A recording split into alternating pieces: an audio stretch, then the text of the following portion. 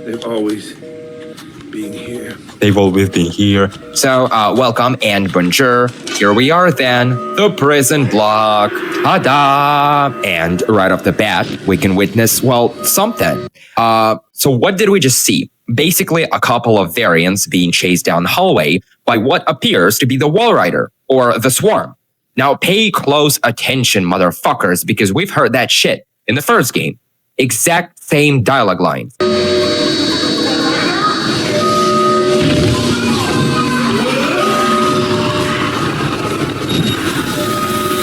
Wait, because as soon as you make it topside, that guy is gone.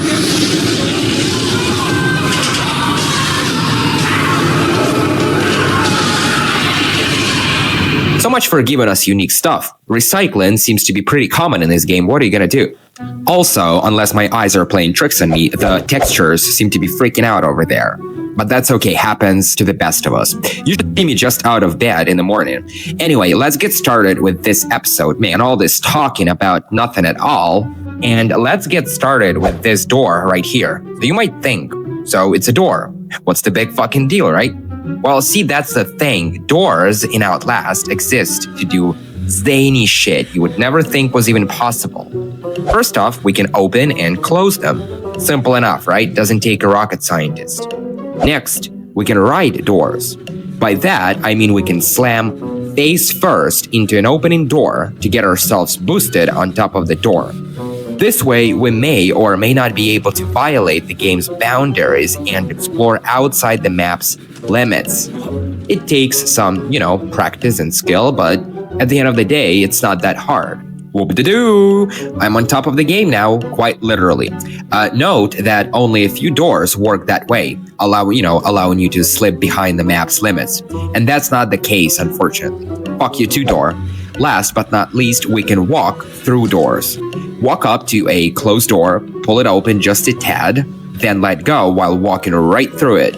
See, from now on, you don't have to open the door to walk through it. It's that simple. All right, fine. Let's finally set foot in the prison block. So long as I don't drop a soap bar, I should be okay. And look, 2 seconds in and someone's already getting a new one ripped behind this half-open door. Knowing this place is probably just another Tuesday. So what are you gonna do? Now, we have seen the exact same thing back in the hospital block. Even the noises match up perfectly. Red barrels, you guys are so lazy just copy-pasting shit. No original thoughts, no nothing. Want as you may, though, you just can't slip behind this door. It's impossible. Unless you're using mods, that might work. And in the meantime, story-wise, we finally made it to the prison block, which is exactly where we're supposed to locate that shortwave radio. Now, this door is going to be locked, and we'll get back to this door in just a few minutes. Trust me, there's a way to get inside that room, but just not yet. So we are going to find that radio, or at least we should be able to find that radio soon enough to call for help. Now, let's take a moment to appreciate this guy totally dismembered and just, shredded to giblets. That happens, knowing this place. Now, there's another room that's going to be locked, but it's quite curious. All you have to do is reach out and touch the knob. Now listen. Why should we have to pay for it? Why do we have to die? Walker will kill us just for being sick. We're some people.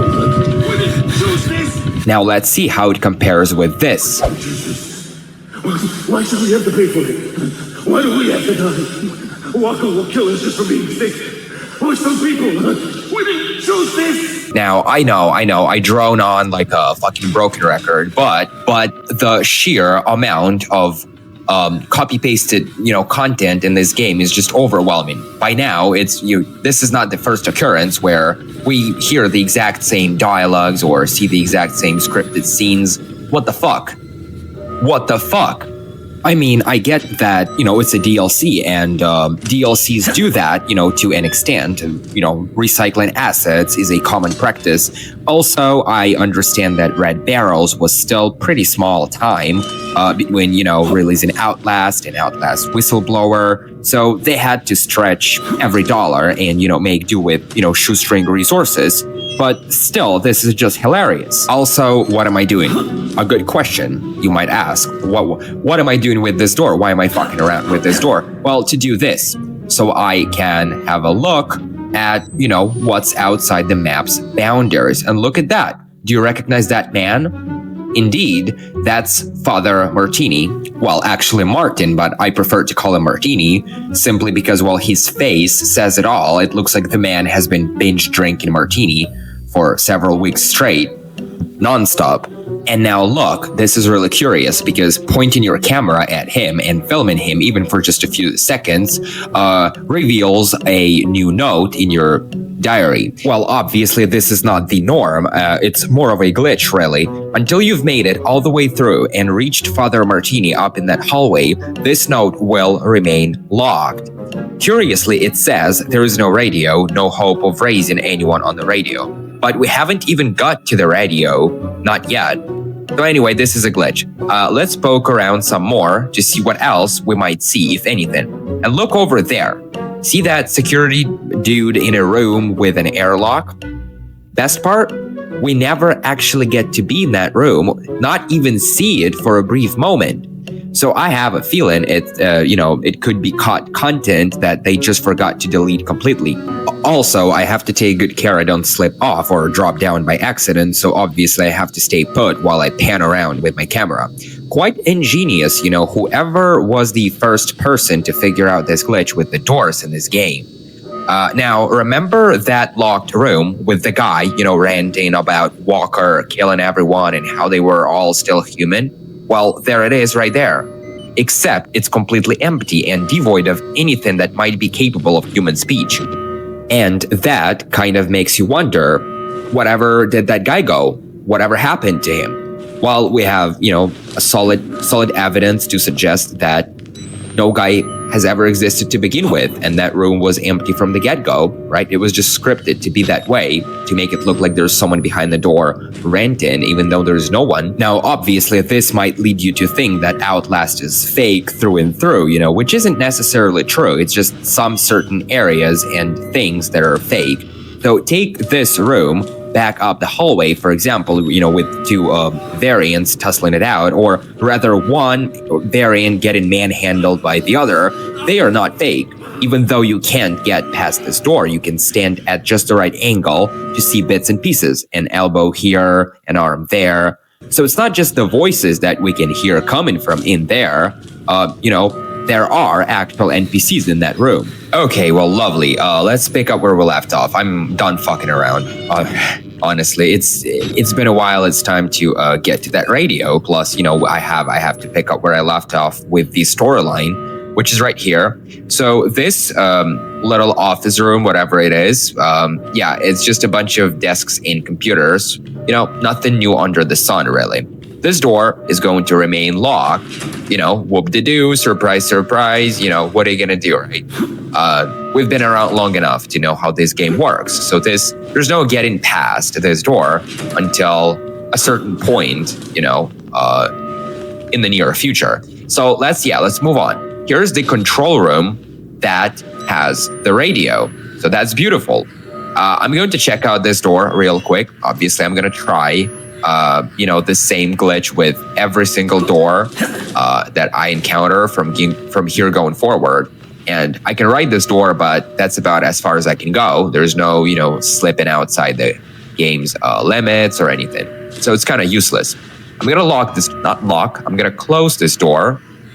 And now let's take a look at these security screens over here. We have some security footage from the admin block, from right outside the admin block in the courtyard. Obviously, all of these, harken back to the first game. We visited all these areas playing Outlast. That is the first title. Now, obviously, I don't have to tell you that these are all just still images. There's no actual animated footage or anything like that. So feel free to squint your eyes till they hurt. You can't catch a glimpse of Miles dashing around or Chris, smashing him to a pulp. Those are all still images, and they are completely empty. As far as like characters or NPCs go. Finally, there's the radio. Let's just tune in and tell them we are screwed beyond hope. Leadville 911, what's your emergency? What? That smarts. That hurts. All right, let's crawling out of here now. Oh! Waylon? Yeah, that's me. Just Can't couldn't breathe. just keep your mouth shut. You couldn't just play along.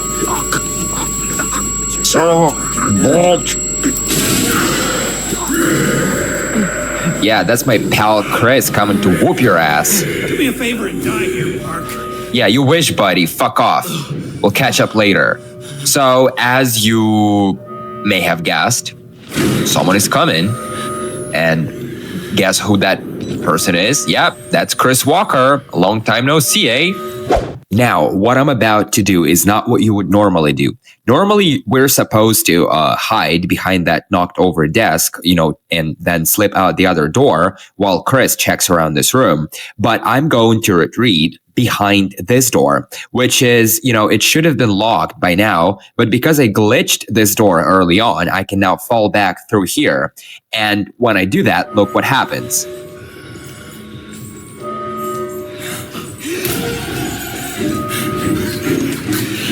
And it may be a very small, insignificant thing, but I find it curious that Chris wanted to open that door as opposed to bashing it down like he normally does. That fat fuck doesn't believe in doorknobs. So yeah, he's going to chase you down the hallway for a short bit until suddenly he'll fall behind for no apparent reason. Figures, after all, Chris was never scripted to be in this particular area. Like I said, normally it's been locked by this point. Also, he seems to be stuck behind that dead guy. And yeah, there it is, fellas. Chris Walker, always the dumbass with a saggy belly like a sack full of crap. But there's actually a way to get him unstuck, like this. And then he'll continue to chase you. Which now I'm going to fall behind this door. But this is where Chrissy will get stuck entirely because, like I said, his AI was never coded to handle this kind of shit. Also, he might just have gotten a touch of agoraphobia. But now I'm stuck because Chris is stuck and we're both stuck. And the only way to fix this problem is to get punched in the face through the door, which will put me 6 feet under right away. But guess what? I'm not done showing off just yet. What if I told you there was a way to get rid of Chris entirely? All you have to do is get Chris to follow you while you slip behind the same door. So he's going to get stuck again like he did last time, and that's fine. More power to him. Meanwhile, I'm going to fall all the way back the way I came from, down the ladder and so on until I'm so far away the chase music practically peters out completely. And now all you have to do is double back inside the prison block. Obviously, Chris won't be there to unroll the red carpet for you, and why would he, right? He would rather rip your damn head off. But that's beside the point. Now, if you check around, you will realize that Chris is gone entirely. Now, all of this is not how you normally do things as the first timer. Like I said, it's rather an unconventional approach to handling this game. It's just that I like to explore things in, greater detail, and getting rid of Chris is the only way to give me that freedom. Otherwise, he'll be on your heels until he's chased you, all the way out of the prison block. See how I'm just slinking around these hallways like I own the place? Well, trust and believe me, I wouldn't be able to do any of this if Chris was on my ass, which he would most certainly have been if I hadn't banished his fat ass from this realm of existence. Though that's the only reason I'm able to explore this place like this, in peace and quiet. So normally, like I said, Chris would be he would be chasing me like all the way through this place and this room too. But I'm not in the mood for his, shenanigans tonight. So fuck the guy. So we have another room that looks like I'm not even sure what it is. It looks like some kind of laundry room or pantry, whatever it is. That's completely devoid of any deep cuts, secrets, notes, files, batteries. There's this room is actually just like it's here for the sake of being here. This is just a transit room. So yeah, let's just move along. There's nothing to see here, obviously. Next, we have a variant behind a metal grate door that's locked, and he's rattling the same door like he's got a splinter up his ass the size of a baseball bat. And Waylon, look at the way he's like reaching out to like lean against the wall with, I don't know, not even sure what he's doing. But it's just so funny the way his arms, kind of move. So yeah, this guy is going to remain here behind this door while I move on and squeeze through here. Saving, lovely. All right, let's see what that's all about. Attention Murkoff personnel, an emergency evacuation is in process. Please proceed immediately through the administrative block to exit. Patients and the restrained are advised to remain calmly in their room until help arrives. Well, you couldn't make this shit up, honestly. Did you hear that? The intercom message advised the patients to remain in their rooms until help arrives. Now, look how that turned out. They sure followed the instructions. All right, pop this door open to see what's up. Oh, this guy, huh? They will destroy us. The doctor told me once that if you're a caveman, our technology, you would think it was magic. And if you're and magic, you would think it was technology. Well, I've heard that piece of wisdom before. Now, where might have that been? Oh, right. This fella right here sure looks like he's got something to say. They will destroy us.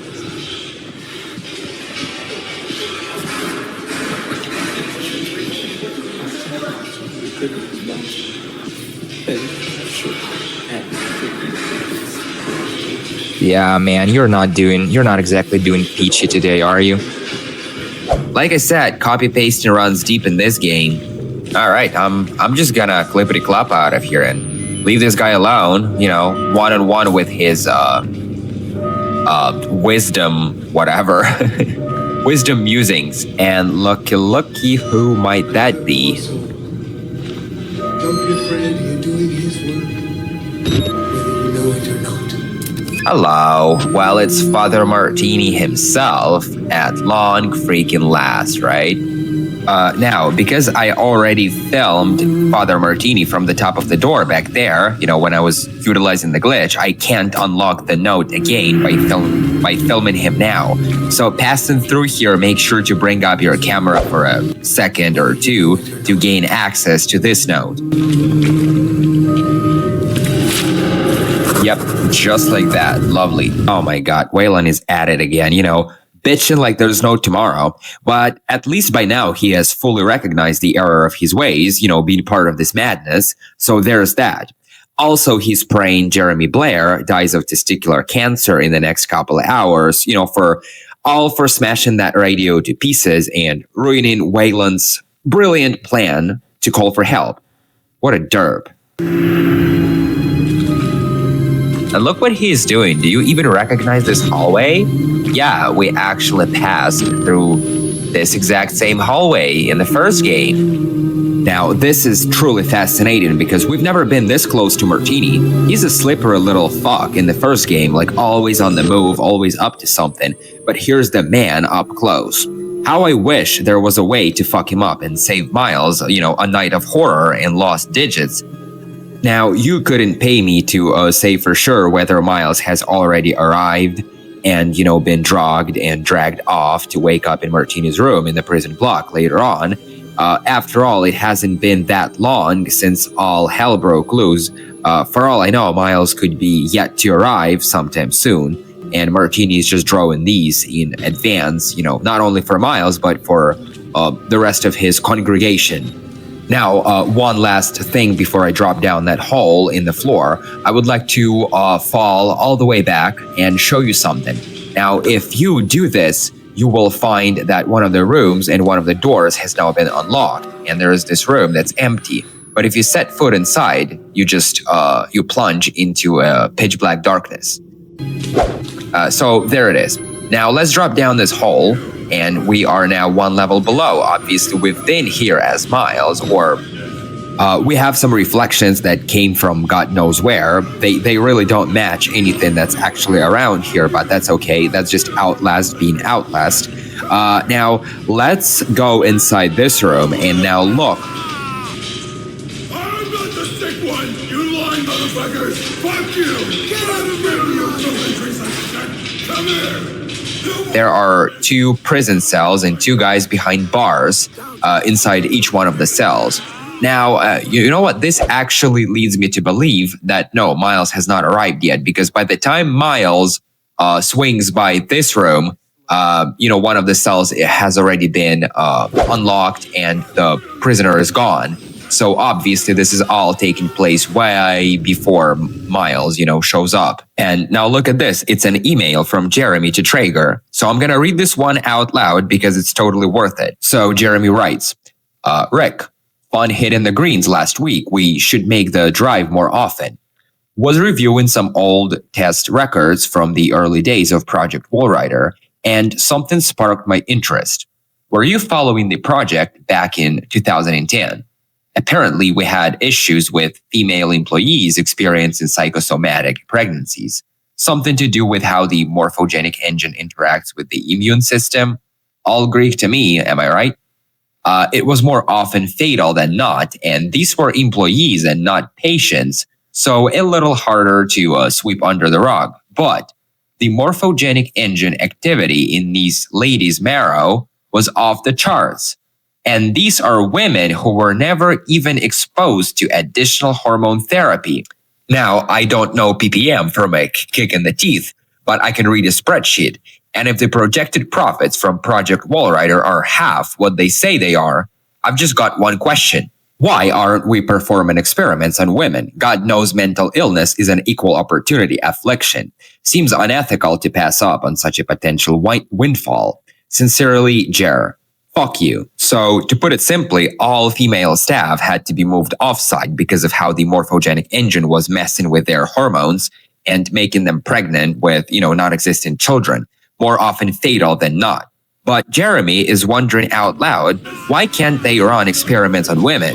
Because other than the fake pregnancies, the female body otherwise seems to be quite responsive to the therapy. So that's pretty messed up.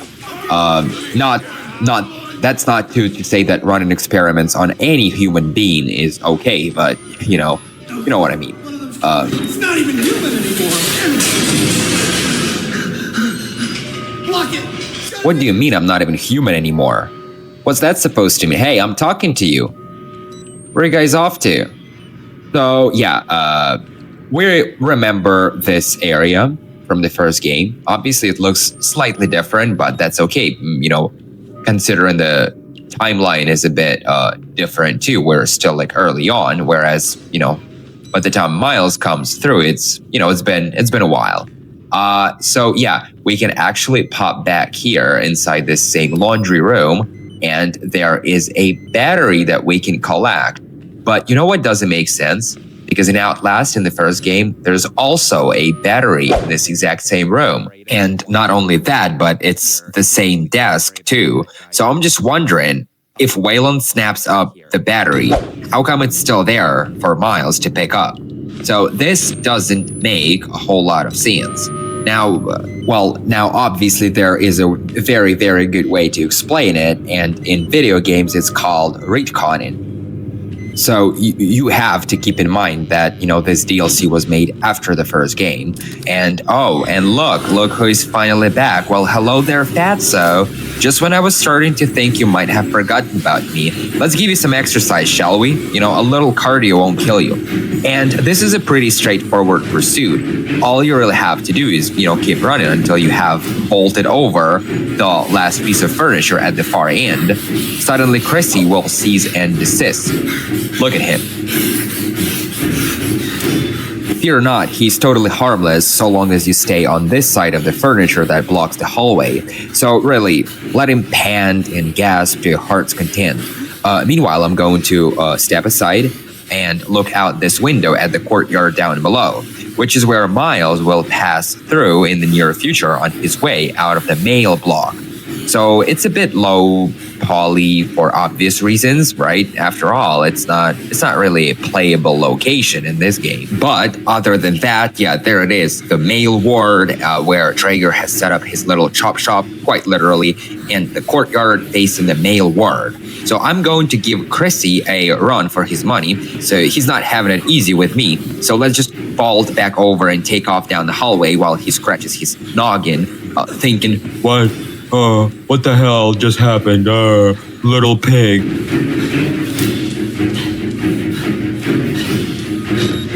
And guess what? I would have never figured this glitch even existed if I hadn't tried taking cover in this locker while Chris was on my heels or on my ass.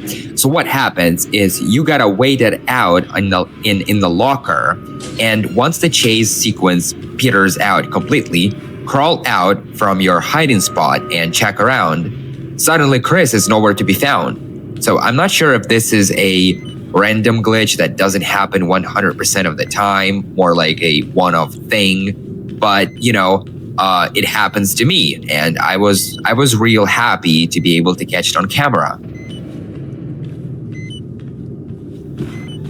And as you can see, I meant it, every word of it. Chris is nowhere to be found. So wherever did the man go? It's that's anyone's guess. But you know what? It's just a really cool glitch. So anyway, let's clippity-clop. Time's wasting, and it's up through here and right out this busted window.